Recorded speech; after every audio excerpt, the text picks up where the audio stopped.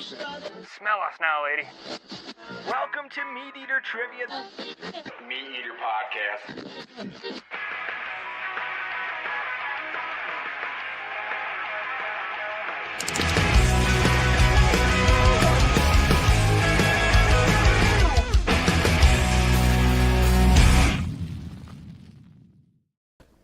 Welcome to MeatEater Radio Live. It's 11 a.m. Mountain Time. That's noon o'clock for our friends in Mitchell, South Dakota. Happy opening week of pheasant season to everyone there.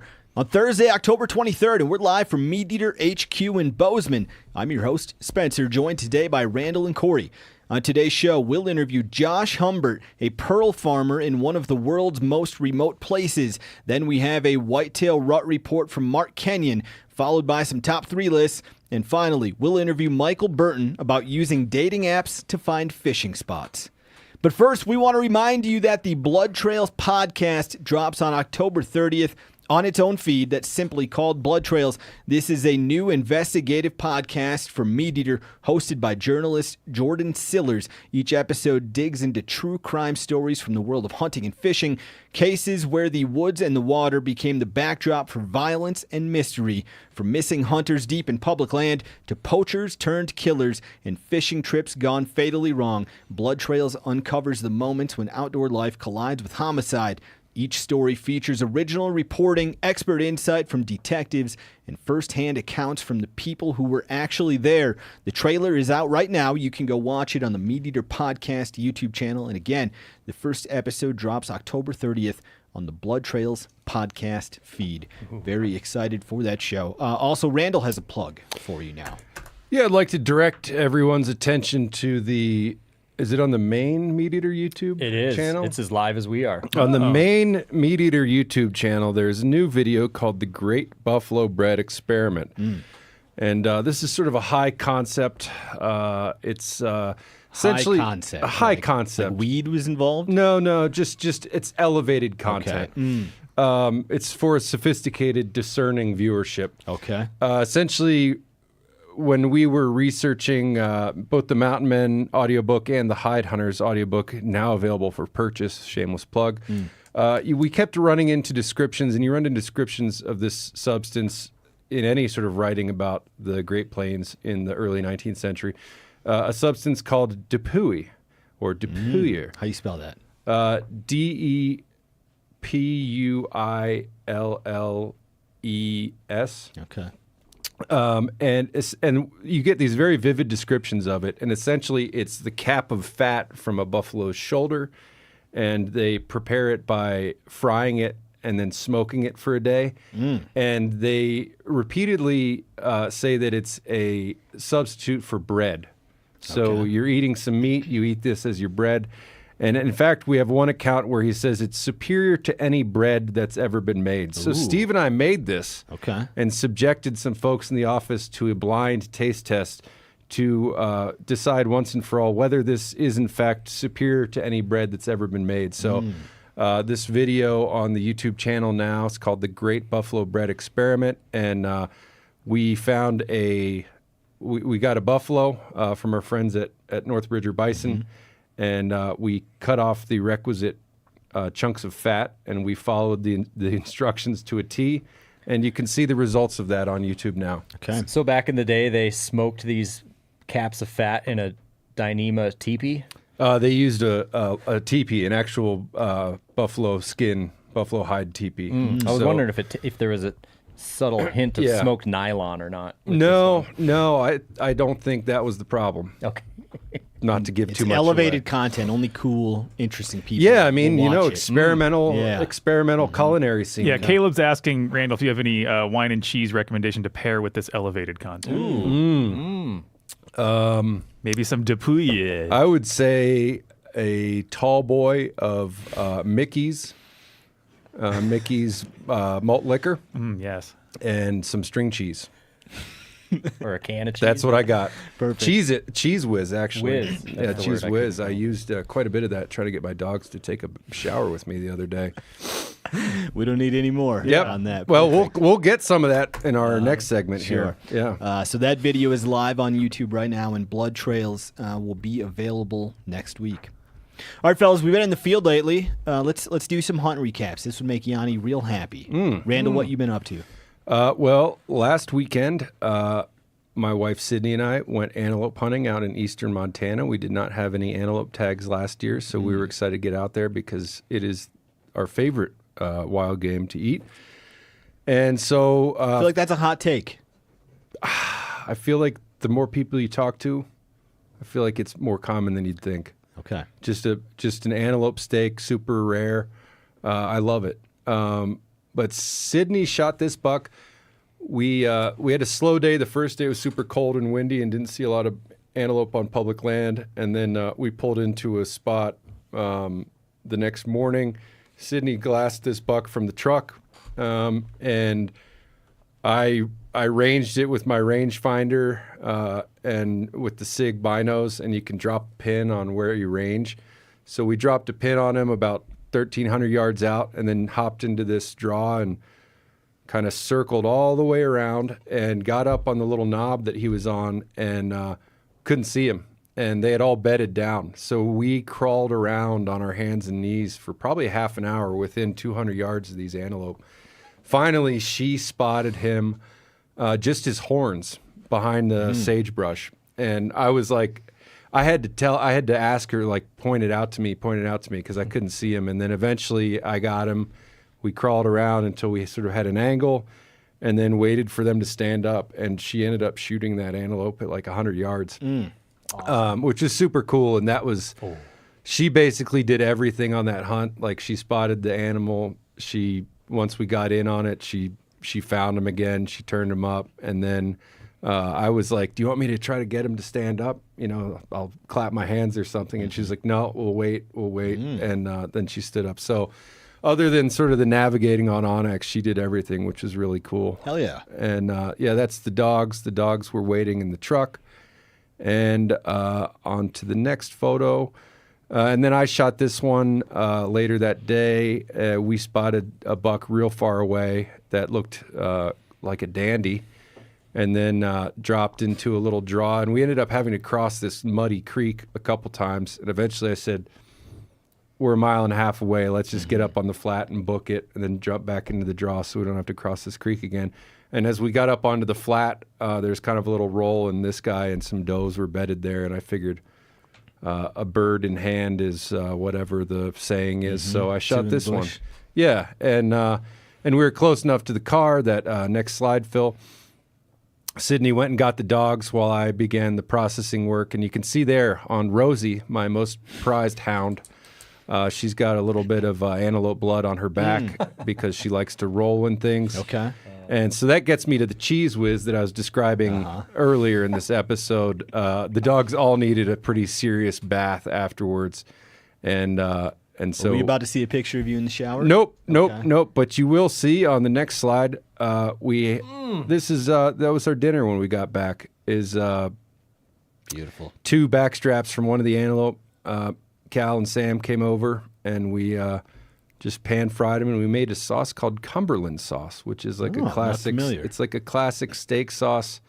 It's sort of a cranberry. It's almost like cranberry sauce, but it's like a drizzle glaze type thing, and it was quite tasty. Yum. Very good. So yeah, it was a great start to the fall season, and getting ready for some more here. Good couple days of antelope hunting. Oh, Just fantastic. Classic goat encounters. Oh, yeah. And then the highlight probably was we were driving down a 2-track and bumped a little covey of sage grouse. So there were probably about 10 birds that looked like, kickballs with feathers And off you their still got ashes. that trivia question wrong yesterday. Or were they not greater sage grouse? No, they were greater sage grouse. I don't think I've ever seen one in person. Oh, they're unbelievable. They're so big. Yeah. And they just bumped up and went about 40 yards away and put down again. And then we sat there and took a bunch of video of them, and super cool. I've seen a couple of them just, deer and antelope hunting. I don't think we got a conclusion to the cheese whiz thing. Well, it worked at first, but then they all got really mad when the water turned on. Explain to me what happened. You put cheese whiz like on the shower door or what? Yeah, so we have like a walk-in shower with a glass door, and so I put a bunch of cheese whiz on the floor and then pushed them towards it, and they all attacked the cheese whiz, and then I shut the door, turned the water on, But then Cheese Whiz isn't really soluble in water. Oh, okay. So there was actually quite a bit of grout cleaning that was required afterwards. I don't recommend it. I'm working on a new solution, but we don't bathe our dogs regularly, so I don't have that programmed out. Okay. Try whipped cream. That's a good one. It's easy That's a clean good up. one. Yeah. Yep. All right. That's Week what I in got. Antelope Country. That's Corey, what what I you got. been up to? Man, I've had a very exciting fall, but exciting yet unsuccessful so far. Been chasing elk all September and a little bit into October. A lot of close encounters, trying to get a few buddies into elk, but haven't flung an arrow. And Okay. archery season has come and gone. Big game general rifle opens this Saturday, so I'm excited 2 to days from now. give her hell with a rifle. You're going to be out there. Oh yeah, Okay. yep. Got a few trips planned. Hopefully, don't need to even go back out later in the season. I just have a deer and an elk tag in my pocket, so haven't drawn antelope in a few years. So Well, that's because you're not putting in for the right units. well, I also yeah. What are the odds you kill an elk this weekend? This weekend, Put a number on it. This weekend, pretty low Okay. because everybody and their 10%. mother. I bet it's more like 4%. Oh. Yeah. But as the season drags on and it gets colder and snowier, ask me in a couple weeks. and Have you it'll ever go way killed up. one on a rifle opener? Yes. Okay. Back my very first elk when I was 13. Ooh. Yep. Nice. All right. I was just in the right place at the right time. Caught him while he was running away from other people. So Sometimes that's And that what is you the need. advantage of opener. They're where they were for opening morning. They're where they were the past week, and then they're just all over the place. yeah, running somewhere else. Yep. Last week I was in Idaho for a bit. I had a deer tag there for their opener. I had read reports going into the hunt that the unit I was going to be in had EHD reports. I'd seen things on Facebook about that part of the state having EHD. But it's like at that point you have the tag. There's no like refunding the tag in Idaho like some other states have when this sort of thing happens. So I was like, I'm committed. I'm going. And I went. And it was worse than I could have possibly imagined. Last year I had the same hunt, and I saw, I think, more deer on that hunt than my other like 4 hunts combined. It was just like that plentiful with whitetails. This year on opening day, I saw 0 live deer and found 5 dead ones. We've got a picture of one of them here, including 2 bucks that would have been no doubt shooters. This buck, he almost made it. He got out of velvet, meaning he survived into September. The season opened in October there. But he died of EHD at some point in that month prior. And then I found a couple does. This is like a textbook scene of EHD. When a deer has EHD, they only make it, I think it's like 1 or 2 days. In those final hours, they have a very high fever where they are just boiling from the inside. So they seek out water, hoping to feel better. And so you'll find deer that just die near water or in water. Here were 2 does about 10 yards apart that had died in a pond. And then I found another buck that would have been a shooter as well. This guy did not make it out of velvet, though. So he died probably sometime in August because his antlers were fully formed. He didn't have like the hot dog points that those deer will have in June and July. So he seemed to almost make it as well, but it was just a real bummer. I did have a consolation prize turkey. You can kill a hen there in the fall, and I have 0 turkey in the freezer. I was not going to pass up a hen, so I shotgunned that thing not too far from camp. And then when I got home, I also had an antelope tag in eastern Montana. Drove out there and killed a buck, and so he is in my freezer as well. That is just what I've been referring to as a copy and paste antelope. That's the kind of buck that's just like copy and pasted all over the prairie in antelope country. Yeah. He looks like every antelope. I call that that an you see. antelope that looks like an antelope, Yes. which he is does. often my target. I think the 3 of us could bring all of our antelope skulls in here and mix them up and Yeah. try to find out whose is whose, and we'd be as successful as we would be blind, is my guess. Because that's just like that's what an antelope buck looks like. Yep. Still fun to hunt though, and especially coming out of my Idaho hunt where I saw 0 deer on opening day. When you have an antelope tag, you're like just guaranteed to see antelope. Oh, yeah. It's so refreshing that like you're going to see your target. It's a animal. fun hunt, and you can hunt all day. You're Yes. not like waking up at the crack of dawn. So What a bummer in Idaho, though. I hear It is a bummer. There's like a few silver linings. They quickly recover. It's not like CWD where once you have it, you just have it in most cases. Those herds can bounce back in 2 to 3 years. They also develop an immunity to EHD that lasts, what I've read, is from like 7 to 10 years. So that unit will be okay. The state will be fine. But I feel bad for obviously the deer, the hunters who are local to there, and then the biologists who have to deal with the deer and the hunters who are upset about the whole situation. It's just like no win. So I believe there's a similar situation up in north central Montana happening. Yeah, and Ohio's got a EHD really bad right now. yeah, we had an Ohio or an EHD report from Kip Adams a few weeks ago, and I think Ohio was the low light of the whole report because they are dominating the rest of the country right now as far as EHD numbers go. All right, let's get on the show and do our first interview. Joining us on the line first is pearl farmer Josh Humbert. He is the owner of Kamoka Pearl, which is located in one of the most remote places on earth. Josh, welcome to the show. Hey guys, thank you for having me. It's exciting to be here. And we appreciate you waking up so early. Can you tell us where you're speaking to us from today? So I'm actually speaking to you from my deck in Tahiti. We have a home in the town of Chopo where the Olympics were. I was supposed to be at the farm for this, but I've come to Tahiti a little bit early. Have some PT to do, and I got bit by a shark last year, and so I'm still doing some of the rehab stuff. But I also had pearls to bring, and the pearls that I'm working on right now. Wow.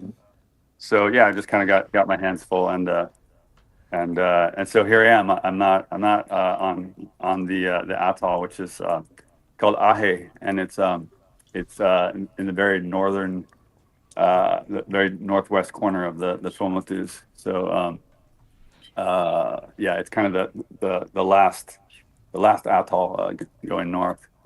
Gotcha. Yeah. And so what is your family's connection to this place? How did you end up in that part of the world? So we arrived there on a sailboat when I was 2 years old. My parents built this sailboat in the backyard of the house they were renting in Torrance, California. My dad's French, my mom's American, and so they built this boat out of basically like whatever they could find. It was basically made of chicken wire and rebar and concrete. Wow. And they built this boat on complete shoestring budget. They didn't have any money at all. My dad actually pulled the coordinates from a Wooden Boat magazine. I don't know if anyone's familiar, but it was just numbers, just numbers on a page, and he like whatever figured it all out, and together they built this boat and sailed away with myself and my brother, who's 3 years older than me, and 2 cats, 2 dogs, and $300 basically. Wow. And so we sailed down to Baja, lived there for almost 2 years, and then from there went down to French Polynesia with the intent of going to Tahiti. But we stopped in on this atoll on the way, and the locals took us in and really treat us like family. And so we kind of put roots down there. And my dad gutted the sailboat and turned it into a saline freezer, basically, so that he could take the fish that the locals would catch and take it to the main island of Tahiti to get a better price for it. Gotcha. Yeah, basically sorry, go ahead. I was going to say, for listeners who might not be familiar with French Polynesia, can you talk about just how remote we're like placed this on a globe, relatively speaking, and how remote your atoll is from, say, Tahiti? So we're about 200 miles north of Tahiti, and yeah, there we are. Cool. Okay, cool. You pulled one of our videos. Yeah, so it's very remote. We're 3,500 miles from the west coast of the U.S. I actually sailed there last year with my dad, and yeah, it took a month to get there. Wow. So yeah, it's quite a ways out there.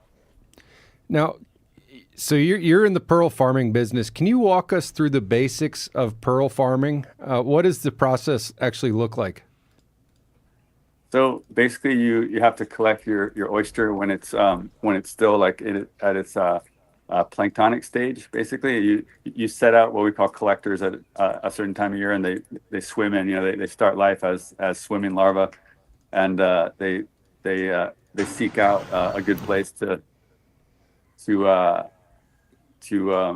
colonize, and they grow up there. So once we do that, the oysters grow up basically and to a certain size. It takes about almost 3 years to get them to the size at which you can do what you see here in the video, which is the implanting and the harvesting. The first pearl takes about 12 months to harvest, and that's Wow. what you see there. So it's quite a process. It's kind of a labor of love. It's a lot of work. It's a lot of physical labor. But yeah, we love it. So who are your primary buyers? Are you selling to consumers directly, or jewelers, or collectors, or what's the structure of the market there? We sell to people all around the world. I mean, we probably sell more in the U.S. than anywhere, because that's kind of what our marketing targets. But we literally sell pearls to any country that's safe to send stuff to. So yeah, I mean, the primary market would be the U.S., but that's probably because we focus a lot of our ad spend on the U.S. market. Our videos are all in English, and that's definitely like the market that we focus on most. Gotcha. I imagine that there's sort of a romantic notion of pearl farming in a tropical paradise here, but what are the day-to-day challenges of your operation? Probably our biggest challenge would be just keeping our oysters safe. We have to keep them safe from fish. You can see in our videos, you'll see the oysters hanging in these long baskets, and basically the triggerfish, they're kind of our enemy number one. They're really smart, and I don't know if you guys know what triggerfish are, but it's a fish about 10 pounds or so, and it has a jaw that's so powerful. I think the bite force is like 300 psi. Wow. So they can just rip through just about anything. And they can break an oyster, which is pretty impressive, because you can take a hammer and it's hard to break an oyster. Like, they have so much integrity, like this way. Sorry, we got some. I thought I saw a wrist rocket. What are we doing there? What just happened? So there's roosters around, and I keep some like shit pearls on hand, and You might be the only man in the world that's loading his wrist rocket with pearls. This is fantastic. Yeah. For those listening, Josh just loaded a slingshot and shot it during the interview at a rooster who was encroaching on his audio. Good on you, Josh. Sorry, go ahead. No, I was just saying that there's too many of them around, and we need to do a little rooster call and have some cocoa vin. I don't know if you guys are chefs or not, but yeah, I'm sure you know. So as far as like protecting your oysters, are you guys doing a lot of diving and fishing or spearfishing? I mean, what's that look like? So we do a lot of spearfishing. That's basically how we feed ourselves. It's remote, and we do get stuff on a weekly or every other week supply ship. But we like to eat fish. We are meat eaters. More fish than land meat, but yeah, we eat fish literally every single day, and we usually go spearfishing. That's kind of our go-to, and it's generally pretty safe. Like I said, I got bit last November, which I don't recommend. Yeah, I was going to ask about that. Was that a spearfishing encounter? Yeah, I was spearfishing with friends, and the shark came straight up on me and grabbed my calf, and kind of like pulled me down. And I got so we put 2 tourniquets on it, but we put the tourniquets right on the peroneal nerve, which I don't know if your audience knows or not, but that's the big nerve that services your whole lower leg, and it's one of the few places where you're not supposed to put a tourniquet. And so my whole lower leg was offline for about 3 months. Oh wow. Yeah, I wasn't sure if I'd walk again. It was all pretty scary, but I'm walking now, and I'm pretty good for the most part. I'm back at about 90%. But yeah, sorry, I did not mean to get derailed. We're talking about pearls. Yeah, so it's just, I mean, that's spearfishing. It's part of our life, and it's what we do. It's how we feed ourselves. But as far as the oysters, they need to be kept safe from the triggerfish, from the sea turtles, and the big leopard rays, and we do that by keeping them in baskets. And we've actually had some really interesting developments with that recently.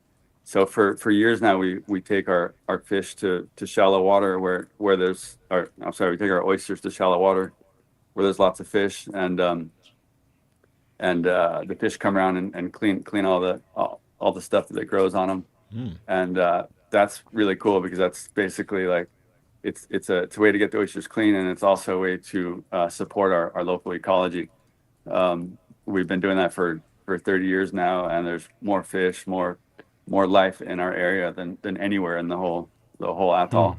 And so that's been a real source of pride for us, just to see that like our work can actually be regenerative to the lagoon ecology. But recently we've kind of taken that to another level where we keep our oysters in zones that are relatively shallow, and what everyone does, they close the basket so the triggerfish can't get in and pull the oysters out. But what we did, we kind of took a risk on it about a year ago, and we started opening the baskets and just like attaching the first oysters a little bit deeper down in the basket. And the thinking was that if it was a little bit deeper down, the triggerfish wouldn't be able to pull them out, and it worked. And so it's basically like cut our labor by about 50%, which is a lot. Yeah, you know? significant. Yeah, I'm sure a lot of your audience are farmers, and I'm sure they could really appreciate what that means.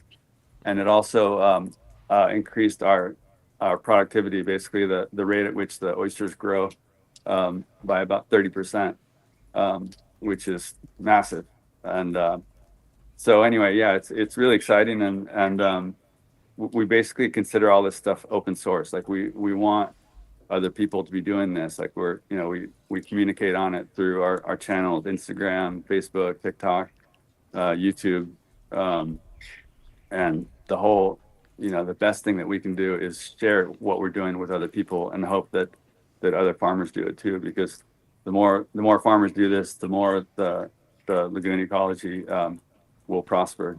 Basically, the number one fish that cleans our oysters are parrotfish, and so by supporting the parrotfish, you're actually supporting the coral as well. What parrotfish do is they go around and they graze on. I mean, they eat different things, but one thing that they do is they graze on the algae that grows on dead coral. So what that does is it enables the coral to keep growing. Like if the coral gets colonized by algae, it can't grow. So when the parrotfish come by and clean it up, then the coral prospers. So basically, by supporting the parrotfish, we're supporting the reef, and the reef supports this whole other. There's all these other downstream effects from it, and basically figured this out. I like to think in terms of permaculture. That the first tenet of permaculture is that before you do anything, you observe, you watch. And I had this moment years ago when we were, a lot of years ago. I've been doing this for 30 some years now. But I had this moment where we had brought a bunch of oysters in that were dirty to the farm, to the temporary platform that's there. And we hung all the oysters in the morning, and then throughout the morning we went through them and cleaned them, and it's really labor intensive. You're scraping all this stuff off the oyster, and you got like stuff splattering in your face, and stuff, some of it itches and stings, and it's not fun work at all. Yeah. And then at noon, like we stopped for lunch, and then we went back out and we started working again.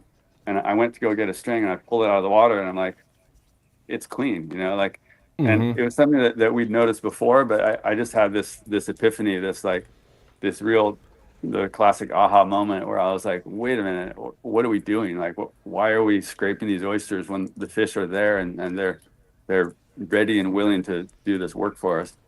And so from then on, we just kind of went all in with the whole concept of fish cleaning, and we built out all these structures underwater in shallow zones where there's lots of fish that were like kind of like big like spider webs, and we'd hang all the baskets from those platforms, and the fish would come around and clean them all up, and then we'd take them back out to the line like a couple days later.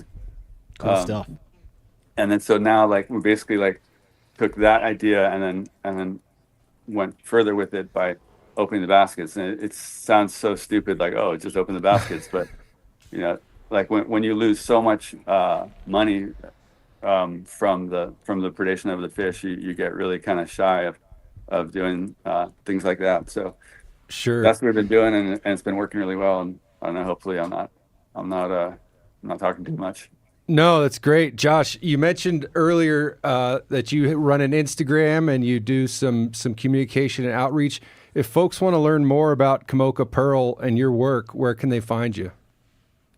Just Kamoka Pearl. We're on all socials, and just look us up anywhere. My son and I monitor all the socials. He does most of the posting, and I answer the comments and respond to questions and stuff. And so we're there. We're very easy to find, and so if people reach out to us, most of the time we'll be able to respond, unless we're in a place where we can't do that, or like sometimes we have stuff that goes viral and we just get inundated. I'm sure you guys know what that's like. Sure. Well, Josh, thank you for waking up early again. I know it's early there, and joining us on the show and sharing with folks about your world. We appreciate it. Great to meet you. Thanks, Josh. Awesome. Nice to meet you guys. Thank you very much. Nah. Nah. What was that? That's how you say goodbye in Tahitian. Oh, did you know that, or did you Google it? I had time to Google it. Okay. That's a great contribution to the show, Yeah. Cory. Sharp. I'm glad you thought of doing Sharp, that. Cory. Yeah. I want some of those pearls, dude. Oh, man. Hang around in a slingshot. I want to see that. I just want to see that place. Yeah. No sounds kidding. wild. Sounds beautiful. All right, next up, we have a Rut Report. Holy shit, the Whitetail Rut. Can't believe it's already here. Kevin's gonna tell you what you should do. Think about the tax you buy. Kiss your wife and kids goodbye. I really hope they don't decide to desert you. Oh. Here is Mark Kenyon with your Whitetail update for this weekend. Take it away, Phil. Hey guys, Mark Kenyon here with Wired to Hunt, and I'm coming at you with another one of our Rut Reports here for October 23rd, and I'm reporting from the windy, blustery, and quickly cooling cornfields of southern Michigan. What I'm experiencing here is something that many hunters across the country are, which is this cold front that's moving across the country, and that's good news for hunters because deer are definitely on their feet. Getting a lot of reports of even daylight activity from mature bucks right now. So take advantage of this weather system if you can. I've also been getting reports of a couple early does coming into heat. This is earlier than usual for most parts of the country. I wouldn't expect that to be a trend, but it is something to just keep an eye out. You know, the rut is a bell curve, so there's a few that are going to come into heat early, and then most come in that mid-November time period, and then a few off in the back end too. So that's all beginning to rise right now. scraping activity is peaking right now at this time of the year. So scrapes going to have more daylight activity than at almost any other time of the year.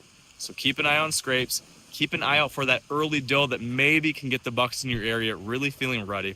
And otherwise, count on more daylight activity right now from your local deer than maybe you've seen over the last 3 weeks, but they will likely still be in their home turf, sticking relatively close to the patterns you've been observing over the last few weeks. So it's a great time to be in the woods. I wish you luck, and I will be back in 2 weeks for another Rut Report. That's a pretty good camo pattern for that cornfield. Blends right in. Dry earth. Yeah. Oh, maybe that's walnut. Either way, it looks good on you, Mark. Yeah. Disappears. Feeling inspired after Mark's little report there. I love this time of year because it's like it is very good hunting right now, but the best is still yet to come. So you've got weeks of really good movement to look forward to, and it's like just starting at this moment. That's just giving me goosebumps just hearing you say that. Yeah. For the best up-to-date whitetail movement information, go listen to Rut Fresh on the Wired to Hunt podcast feed. New episodes drop every week and have Rut reports from hunters across the country. Also, Mark is really excited about his newest episode of Wired to Hunt. That's episode 963, featuring a deep dive into the lessons of Roger Rothar.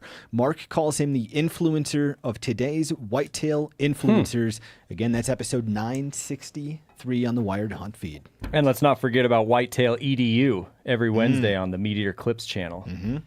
Nice plug. Mark and Tony make those. Mark, for Tony, us. and yep. What is it, Steak Whitetail offer. Week? What's going on? They're answering all the whitetail questions you didn't know you had and the ones you do have.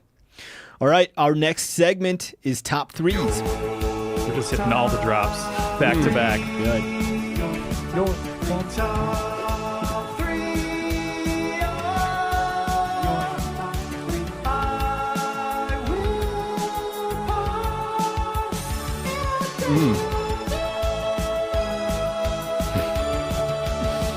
Good camera work by Phil as well. You know, Wow. yeah. We make do with what we have in this room. All right, this week we have all brought our own top 3 lists. Cory, start us off. What are you ranking today? Okay, I had a lot of help last evening with my beautiful wife, Sarah, after a couple glasses of wine. So this one's for you, honey. This is the top 3 hypocritical complaints hunters with families make in the fall. Okay, So let's very specific. Let's think about those honeydews or stuff your spouse may ask you to do in the fall.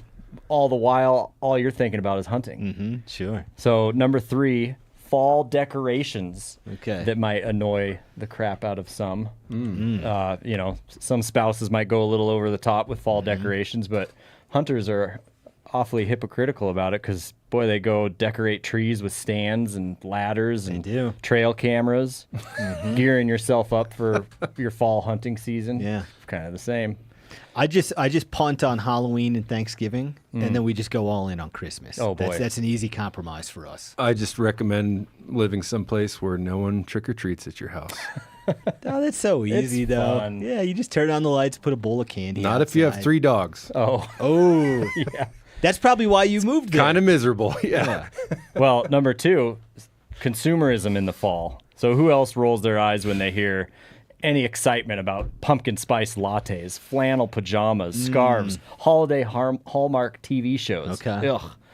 But we as hunters are fed the same outdoor gear commercials, and we all can admit we buy unnecessary gear all the time. We watch silly videos about eating bison bread, stuff like that. Yeah. It's just consumed. And number 1, which I do have a photo for, fall family photos that might get up in the way. But Oh, I was wondering how this one fit in. us as hunters, we're out there with the grip and grins with the boys. Yeah, this is like probably 80% of my camera roll is just used up between October and December. Yeah, there's a photo of Spencer's awesome bull elk that he shot last year on opening day of rifle season with some good buddies of his, including myself in the back. What a beautiful fall family portrait that would be. That's right. Imagine if it was you and your wife and kids there instead. Boy, this is Imagine. If this were a boy band, which one of you would be the hot one, and which one of you would be the badass? We're all the hot badass. I think the one that's totally washed out by the sun would be the one that got kicked out of the band. It's like a bad airbrush job. Yeah, that's Ben. Sorry, Ben. You've been booted from the band. That was a fun day. Boy, this is a deep sort of top three. Yeah, very sophisticated. I like when we are specific and niche for things. Thanks, y'all. Well done, Cory. All right. I am ranking the top 3 worst state game agency logos. If you listen to this show, you'll know that I did the 3 best a few months ago. Now I am going to do the 3 worst. There are 11 states who flat out have not tried with their logo. It'd be one thing if it was bad design, but it's not even that because these logos just simply have no design. It actually made me angry looking at these because the outdoors are so beautiful and aesthetic and inspiring, and that should be represented in these logos, but it's not. They just simply have no personality at all.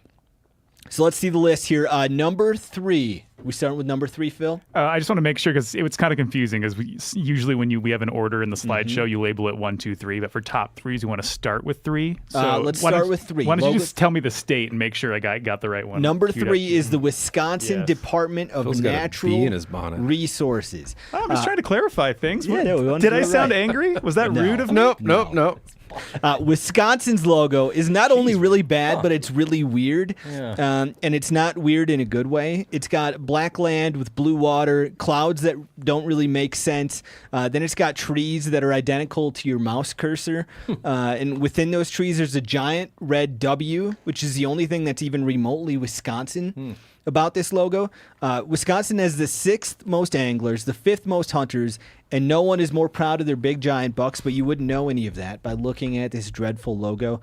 They deserve something better than this, which when I looked at this, it looks like the thumbnail for a Super Mario level to me. That's what I see. It's not at all reflective of the Midwestern sensibility that I would expect from the Wisconsin DNR. No. You know, I feel like Wisconsin is a state I associate with some sort of traditional values. You know, the Aldo Leopold, right? Like, what are we doing here? Yeah, they have so much to work with, and they have used none of it.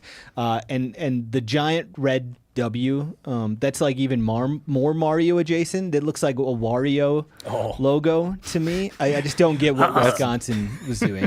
Get out my Game Boy. Yeah. Oh, no. That's my Mario. Thank you.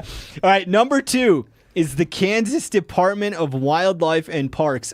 This logo looks like the designer waited until 10 minutes before the deadline to even start because they couldn't have possibly put in any less effort. It's just text that says Kansas Department of Wildlife and Parks in Times New Roman or something that looks like Times New Roman. And then they have some stars and their state motto. What's that state motto say, Phil? Ad astra per aspera. Okay, to the stars from the mud. To the stars through hardships. Very good. And, I think it can be interpreted. That's the literal Latin, and it's also the tagline of Pall Mall cigarettes. Really? Did you smoke those? I've smoked a couple Pall Mall cigarettes, yes, and I always was tickled when I looked at a pack of Pall Malls. Because they take you to the Ad stars. astra per aspera. That is great That's marketing. really by them. intense I marketing love that. for cigarettes. Did it have the translation on the pack, or did it just have the Latin? I don't remember. Latin and English reads the same to me, so That is some good barroom wisdom. You can drop at anybody. I can't believe I got to pull that one today. Very nice. Now, Kansas is known for its bison, whitetails, its prairies. The world record flathead catfish was caught there, but instead of showing any of that cool stuff, they just have this sterile, lame-ass logo. Come on, Kansas. Such a disappointment. Yeah. And number 1 is the New York Department of Environmental Conservation. New York has a roundel logo, which just means that it's a circle like Target or Pepsi or Starbucks. Usually roundels have less personality to begin with, but then New York's is just an absolute dud. It's got flat blue water, green mountains, and then a white sky that turns to a blue sky for some reason. If you remove the words New York Department of Environmental Conservation from this logo, you'd have no idea what it is. Now, I don't even think you would know the orientation of the logo, if it's like supposed to be upside down or sideways or what's going on. It's like a bouncy ball you get out of a vending machine. There you go. That's just how ambiguous this is. New York has the Finger Lakes, all kinds of game animals, plus they have the availability of all the aquatic creatures, whales, sharks, Atlantic sturgeon, and they ignore all of that for this sad depiction of nature. Shame on you, New York. You have so much potential for a badass logo, but instead you have the worst one in the country. And then I've got a bunch of honorable mentions here. Phil, let's pull those up. We have the Connecticut Department of Energy and Environmental Protection. Their logo is awful. And they even did a redesign in 2022, and that's the best they could come up with. Illinois, just 0 character. Looks like the logo for a publishing agency or maybe an orange juice brand. I don't know. just really terrible stuff. Indiana, their DNR logo is maybe the worst in the country. They do have a brand specifically for the Fish and Wildlife Management. That does have a logo of a fish and a duck, but it still sucks. Iowa, no personality. I actually don't hate Iowa's. I kind of like the colors and the font, but it's still a bad, ugly logo. Michigan, bad logo. Also a weird choice to include 3 Great Lakes in their logo, Superior, Michigan, and Huron. Even though the state touches a 4th Great Lake, Lake Erie, I'd be pissed if I was Lake Erie. You know what? I think Lake Erie is too good for Michigan. This logo tells me that they don't appreciate it enough, so I'm going to take Lake Erie away from Michigan and give it all to Ohio. They don't deserve it. They deserve better because they can't even get shown in the logo with the other 3 Great Lakes that touch the state. Man. Then we have North Carolina and Texas. These logos are similar. It's text only. Honestly, I don't hate them quite as much as the others. They look outdoorsy, at least. And then we have Minnesota. Terrible logo, created in 2016 as part of a statewide program. It's lame and boring. But I want to share this. I went to their Facebook page to see what people were saying when the logo change happened, because these groups always have to change their profile picture. And when their profile picture change happened, there was only one single comment on that photo. Please show it, Phil. It was Jeff Dale. He asked 3 years ago, are hot dogs legal to use for ice fishing? And sadly, nobody has responded to Jeff. So if you know the answer for Jeff, please go to the Minnesota Department of Natural Resources Facebook page, look at the post from when they changed their profile picture in 2021, and let Jeff know if hot dogs are legal or not for ice fishing. Those are the 3 worst logos, and then 8 honorable mentions. And here's like my suggestion to these 11 states. Hold a contest for a logo redesign. You could be open to the general public. It could be for an arts program at a college. It could be a local school. States do this all the time with flag redesigns. That's how Minnesota and Alaska have wound up with 2 of the best state flags. You don't have to be like Oklahoma and pay an agency $100,000, which is what they did in 2022. There are cheap, even free alternatives that could fix this problem. That's my suggestion. Did you ever read the column on page 2 of ESPN.com called UniWatch? I read it a little bit. I had less familiarity with that than when it became a Twitter account. Yeah. Because they have great tweets covering all of the uniforms that happen in pro sports and amateur. Yeah, this is very reminiscent of UniWatch. I like looking at these things. I like powerful emotions about something that I think it's most called people don't think twice about. Vexology is studying flag design. I really enjoy that as well. And I've always been disappointed that I've lived in states that usually have really crappy flags, like Montana's is just the state seal, which if you're like 16 inches away from it, you have no idea what you're looking at. So I'd love Montana if they would fix that state flag. Yeah. All right, let's do our next top 3. I think we are going to do who? Phil next? Yeah, I think it's my turn. Phil. Yep. Again, well, not again, but I mean, again, I'm bringing something stupid and weird. But you know, Perfect. It's the holiday season, the spooky Halloween season. I'm wearing my jack-o'-lantern sweater. Cory got mad at me for wearing it a week early. Not mad. So I decided to make my top 3 list of horror movie villains I would want to go hunting with. Ooh, all right, great. This is coming from someone who can count the number of animals he's shot on one hand, but I think I can still bring a lot to the table. Okay, here. yes, thank you. So the first one that we have here is Sam from Trick or Treat. Oh, not the familiar. horror anthology. Oh, he's big at Spirit Halloween. Pros of Sam are that he's small. How small? He's a child. You know, I'd say like 3.5, 4 feet tall. Okay. Hard for wildlife to spot. He comes with Hunter's Orange already and a game bag, so he's prepared. Cons, the scent control might be a little difficult with the weird fleshy pumpkin head that's under his sack, which is not pictured here, but I'm sure it smells terrible. Okay. Number 2, we have Freddy Krueger. Yeah.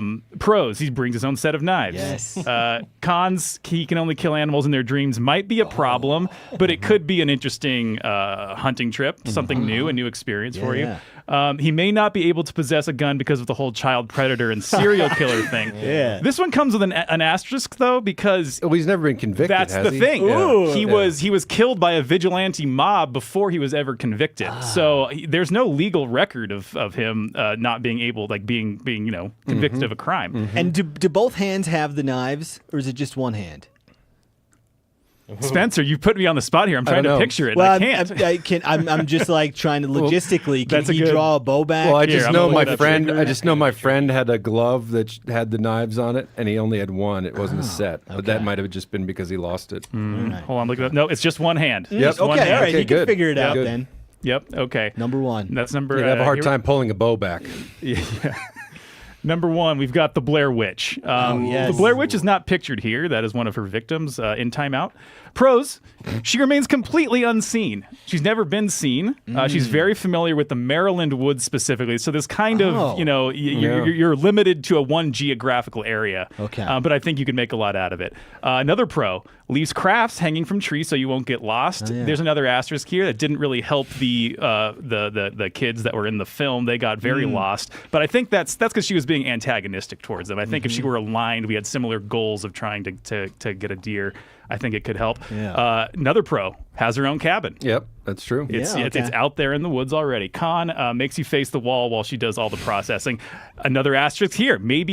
She's kind. Yeah. She's doing all the work, but you kind of want to help out. Like she invited you along. She helped you get the deer. Phil, how old are you when that movie came out? That was 99, I believe. So I was 8. Was that 8 or 9? impactful on you, or was it not on your I didn't radar? see it until college. No, no. How about you, Randall? How old were you in 1999? 99. I was 13 years old. Did you watch the Blair Witch Project? Not until later. And it's a movie that I forgot about for decades, and then it popped onto my mental radar again a couple years ago, and I just thought, what a weird thing that was. Yeah, but it like kind of crushed it. It Well, was yeah, like but very peop- culturally But it was relevant. like people didn't know if it was real or not. Oh yeah, they marketed it that way. Yeah, They yeah. shot it for like $12,000 and it made Yeah. tens of millions of the bucks. I do have some honourable mentions. Yeah, I was here. going to say, We've got there's an obvious one. We've got Yeah. Leatherface. Just sheer enthusiasm from that guy, and he's got a lot of experience skinning. Edward Cullen, from a horror movie, not a villain either, but a vampire. Yeah. Who kills deer and sucks deer blood. Yeah, but doesn't- because he doesn't want to kill humans. doesn't the werewolf guy in that one, the Yeah, Jacob. yeah, he doesn't he kill a deer in that actually? I've only seen the films once. I don't recall. To watch him a And they lot. move incredibly fast. Oh, they're very like you fast. blink and whew. Yeah, their Gone. skin's kind of sparkly, which might be a problem. Fast like my top 3. Yeah, and then we've got Hannibal Lecter. Probably not much of a hunter, but we've seen Anthony Hopkins' skills in The Edge, and so if any of those transfer over to any of his other characters, we've seen how quickly he can skin out a. What animal was that? Was it a bear? It was a bear. He's a great cook too. That's the thing. He'll be able to pair your game meat That's with the right. perfect wine. Anyway, that's my top 3 and honorable mentions. Very good. Thank you, Fantastic. He likes that tiger meat. There you go. Raw. This means it's raw. All right, we have our last top 3 is from Randall. Randall, take it away. Oh, well, I was going to do a top 3 of top 3s with my top 3 ideas for top 3. For a peek behind the curtain, Randall was working on this at 10:55. Very when we go live Ryan at 11. Callahan coded. Yep. Yeah. I'm going to go with my top 3 things to eat after I get out of the elk woods. Okay. That's a good one. Yeah, the way home. Number 3, and it could be higher except for one complication. Number 3 is chicken wings. Oh, yeah. Because you can eat as many as you want and not feel bad about it. And it's just a gluttonous experience. The catch is that you eat them with your hands. So if you've been successful hunting, even one wash after you cut up an elk, one hand wash isn't sufficient. So you really it's only for the sort of consolation post-hunt meal. Unsuccessful hunt. Yeah, but just a great food. You can sit there at the bar, watch the game, and typically the spice encourages you to hydrate or imbibe. Can I So- guess one of your next 2 that you're going to say? Sure. Is it going to be a Taco Bell, like a crunch wrap? Oh, okay. Well, you didn't have to say I was right. Go ahead. Sorry. I thought you were going to make a funny guess, not like poking holes in my battleship No, guess. go for it. Number 2 is a burger and a beer. Just at a bar, roadside tavern, preferably not a chain, although you can get a nice burger at Chili's. When have you ever walked into a Chili's after a hunt? Never? You're poking holes in all my bits. Sorry. Not I yet. did eat at the Buffalo Wild Wings in Great Falls 3 times in a row during a hunt. 3 nights in a row. The guy was sweet. Were they like the usual by the time you came in? Yeah. The guy he wasn't from Great Falls, but he used to work at a Buffalo Wild Wings in New Jersey. And I was asking him what happened to the buffalo chips and cheese, and he was so pissed. But then he sold us on a couple menu items that we hadn't tried yet. What sauces do you get? I typically just go for hot buffalo. If I'm in a sort of feeling bad about myself mood, it's typically like a honey barbecue. Oh, I didn't know this could be emotion. D. Gordon is asking for your preferred flat to drummy ratio, and yes, they use the term drummy. Fitty. Perfect. I would take all drummies. Oh, all flats. Yeah, I'm a I like flats guy. the flats. I turn my flats There's into more drummies. work. And number 1 is Taco Bell. Okay. Who could have seen that coming? Taco Bell's great because it comes to you quickly.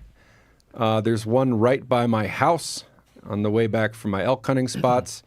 You can order in volume without feeling guilty or breaking the bank.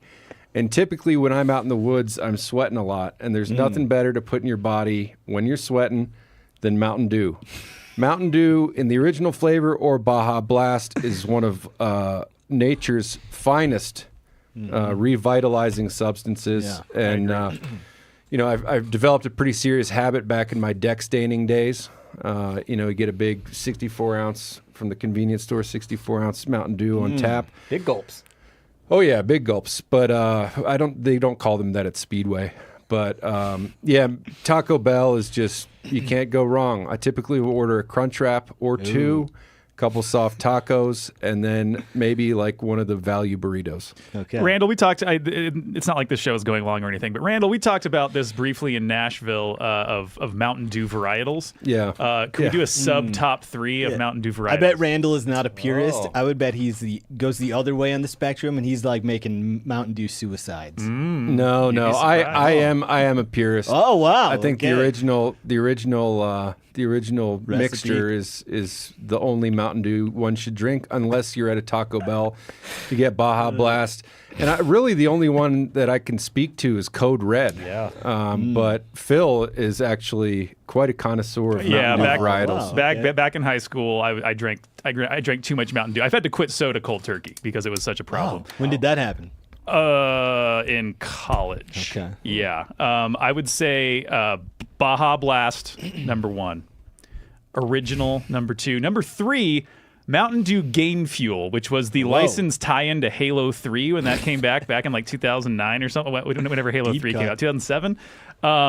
They stopped making it. They tried to turn it into an energy drink. It tasted like ass, and then they remade it with the original formula as just a normal soda a few years ago, but just as kind of like a limited release thing. And I bought a lot, and I relapsed for a week. Oh, but now when did now that I'm back. happen? A year or 2 ago. Okay. But it's like a cherry citrus flavor. Very good. I saw that Swamp Donkey wanted to know top 3 embarrassing hunting mistakes. And I will point out that one of my other top 3s was most embarrassing moments in my fishing guide career. So we'll save that one Future for another episode. day. Yeah. My correct guess of your Taco Bell order was based on Randall and I had to host a company event a few years ago where we had to make a game for folks attending, and it was all guessing based. You look at this elk shed and you guess its score. You lift this cooler and guess its weight. One of them was we had you guess the calories of these 3 things. And one of them was like 2 s'mores. One of the things you had to guess the calories for was Randall's post hunt meal. And I told that. Randall, I said, Randall, really use your imagination here. What would you have after a hunt? And he selected two tall boy Coors banquets. Yeah. And I think a Crunchwrap Supreme with a couple packets of hot sauce. Yep. That was Randall's. Guilty as posting, charged. Guilty as charged. But I will point out that there were backup Crunchwrap Supremes in the fridge, and I expensed them all, and I took them all home.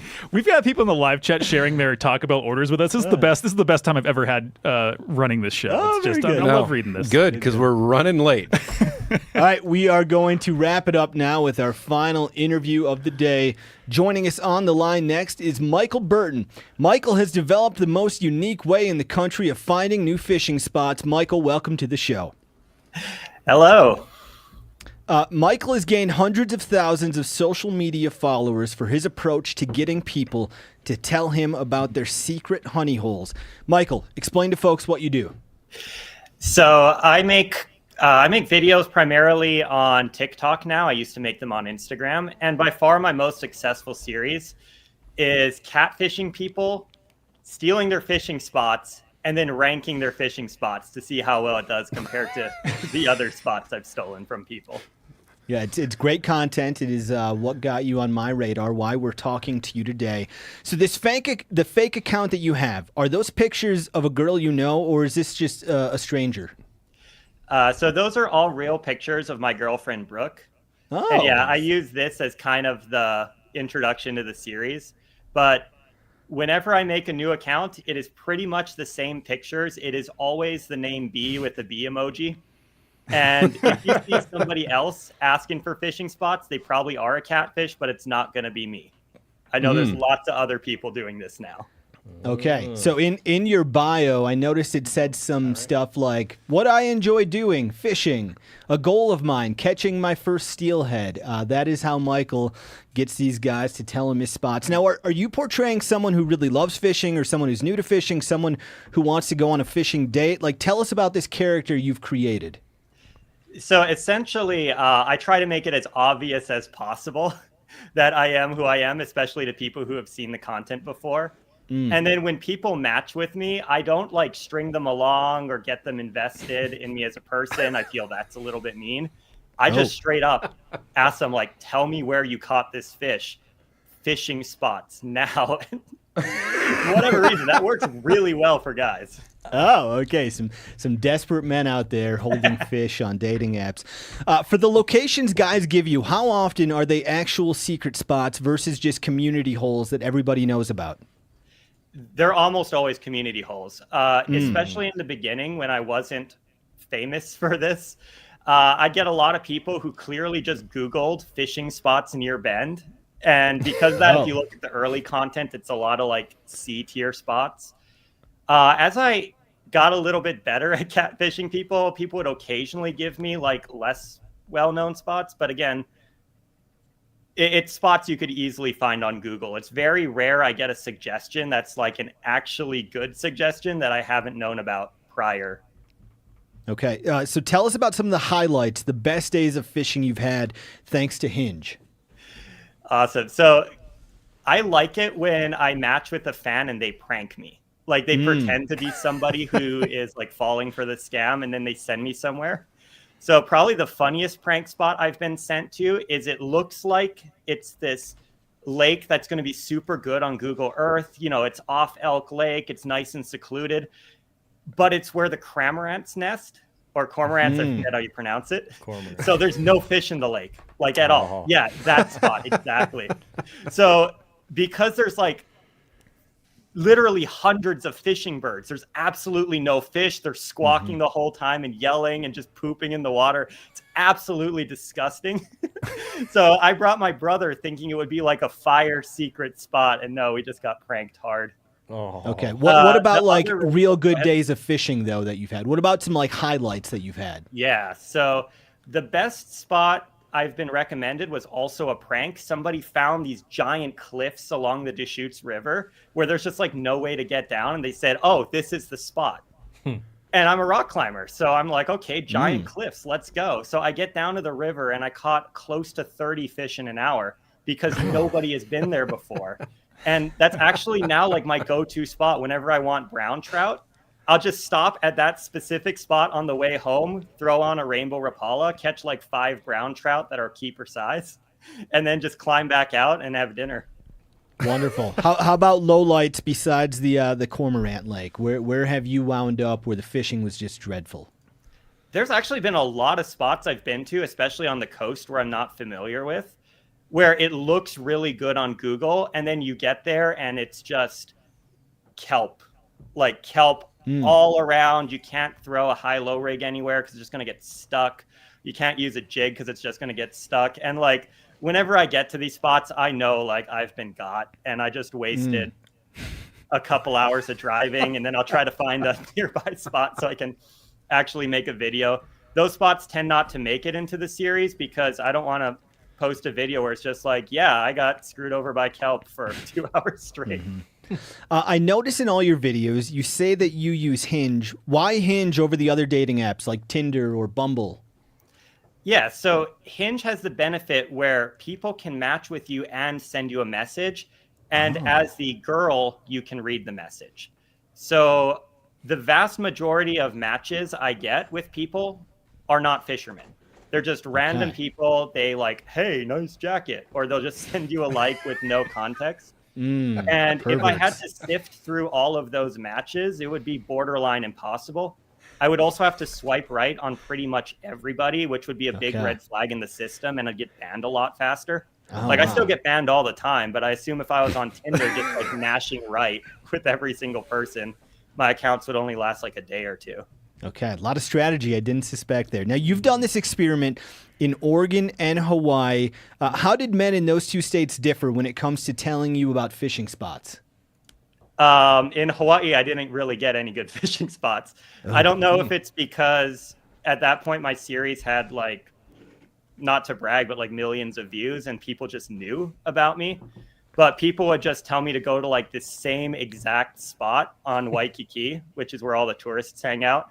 And then in Oregon, I would get, I assume, quite a few real suggestions of like actual fishing spots. Okay. Now, by this point, you have seen thousands of dating profiles of guys. Tell us about some of the trends you've noticed with fishing pictures on dating apps. Everybody has the same pose with the fish where they hold it out slightly in front of them and they're smiling behind it. I don't know if that's a good strategy or a bad strategy, but I've also seen like some really creative pictures of people posing with fish. And again, I'm not a girl. I can't say like what is sexier or more attractive or what works better. But those people who like, you know, are standing somewhere cool with a fish in their hand, and you can see the fish relative to the person's body, and they're smiling, like, you know, to me that is like, oh, this person actually knows where to fish. Let me go match with them and see if I can get that spot. Okay. How is the catfishing been today? Have you been on Hinge yet this morning? I'm currently between accounts. The last time I made an account, it was almost entirely fans of the show trying to prank me. So I don't know if I have to retire the series or just keep it going as like an inside joke. I still have a list of approximately 150 spots I've catfished prior that I need to get through. So I can at least keep the series going for another year or two, but I am looking at like, you know, alternative like heel content where I'm slightly the bad guy, but I'm not being mean to anybody. And, you know, again, focused on like fishing and outdoorsy stuff. Wonderful. Okay, I'm very excited for season 2. If people want to see your Hinge catfishing and other fishing content, where should they go to do that? So I'm on TikTok only right now. I'm central.oregon.fishing. I would encourage people not to follow the account unless you actually like the content, because I have a very odd sense of humor. And really? Yeah, I'd rather have people who actually appreciate that sense of humor and like watch the whole videos, as opposed to people who just follow me for support and then don't watch the videos and kind of ruin the algorithm for me. It's very good stuff, Michael. I like watching your content. I think folks will enjoy seeing your videos. Very creative edits, very creative series. Thanks for joining us, and good luck on the dating apps. All right. Thank you for having me. Bye now. I'm speechless. I wonder how we would do in other parts of the country. I feel like Oregon.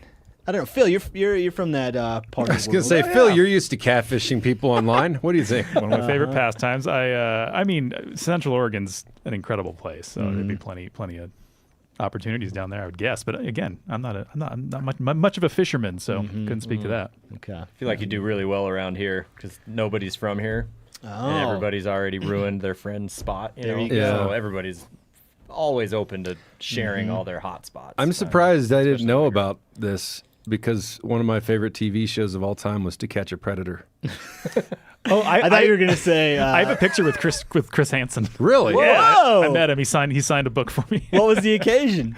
Oh, I was my best friend was the ASB president, and he was doing something with our school. So he was like, we had sort of we would watch To Catch a Predator together. It's like, Chris Hansen's coming. I can get you in. So yeah, it was good. Why don't you have a seat, Phil? Yeah. I got a 6-pack of my cards that need to be. I thought you were going to say your favorite show was it Catfish with Neat? What's the MTV show? It was Catfish. Yeah. Or Cheaters. Cheaters, the old, was that HBO? I love Cheaters. The host of that show got stabbed, I think, on a boat. Yeah. Yeah. What a good tie-in for this show. Wow, we did it.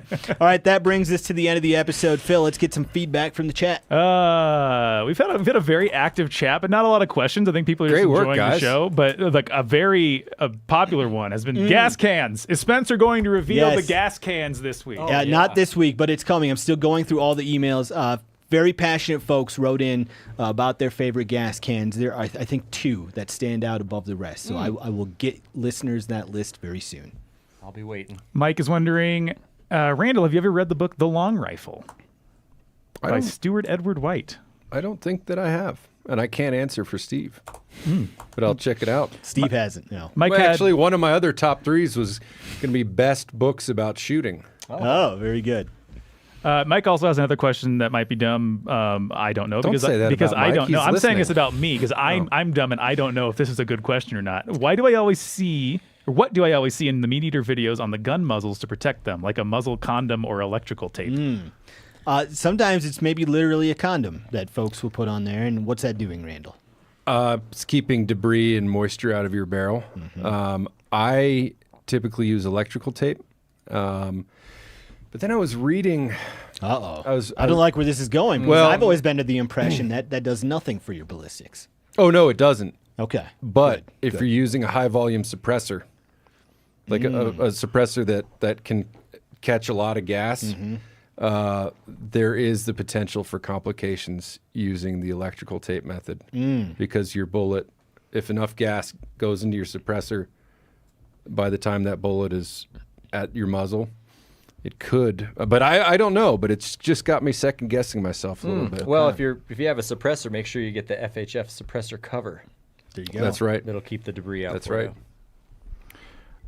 you. Next, we have a question from Mogor. Hey! Explain to a European guy how long it takes you to get to work. Apparently, Randall lives way out in the middle of nowhere, too. Way out. Well, What's the commute like, Randall? 38 minutes if things are good. Okay. 38. Yeah, 38. Well, because my truck knows where I'm going, so it tells me. So that's how I usually like to leave 45 minutes early. Just a lot of that is cutting through Bozeman. We're approaching long commute season. 24, 24 miles on the interstate, but through a mountain pass. Yeah, through a mountain pass. But again, I am only I think 3 miles from a Taco Bell.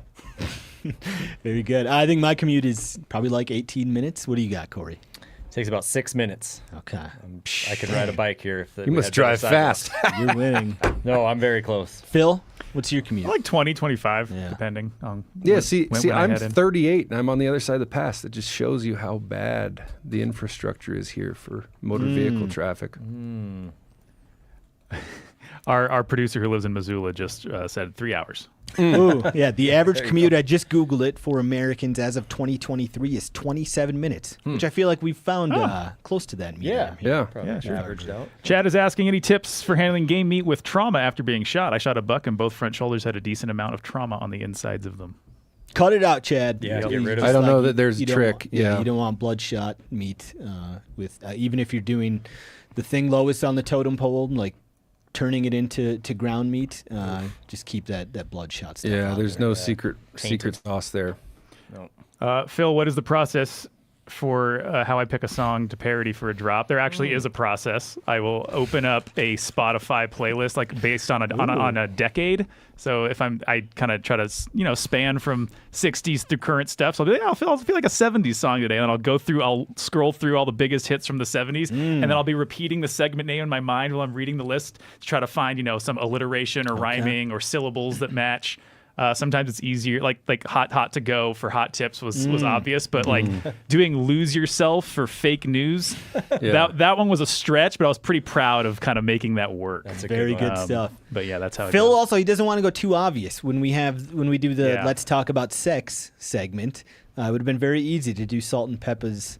Talk about sex. I ended up using that song for a different segment, which it's been a while. Keep them guessing. Yeah. Let's do 2 more, Phil. You got 2 more? 2 more.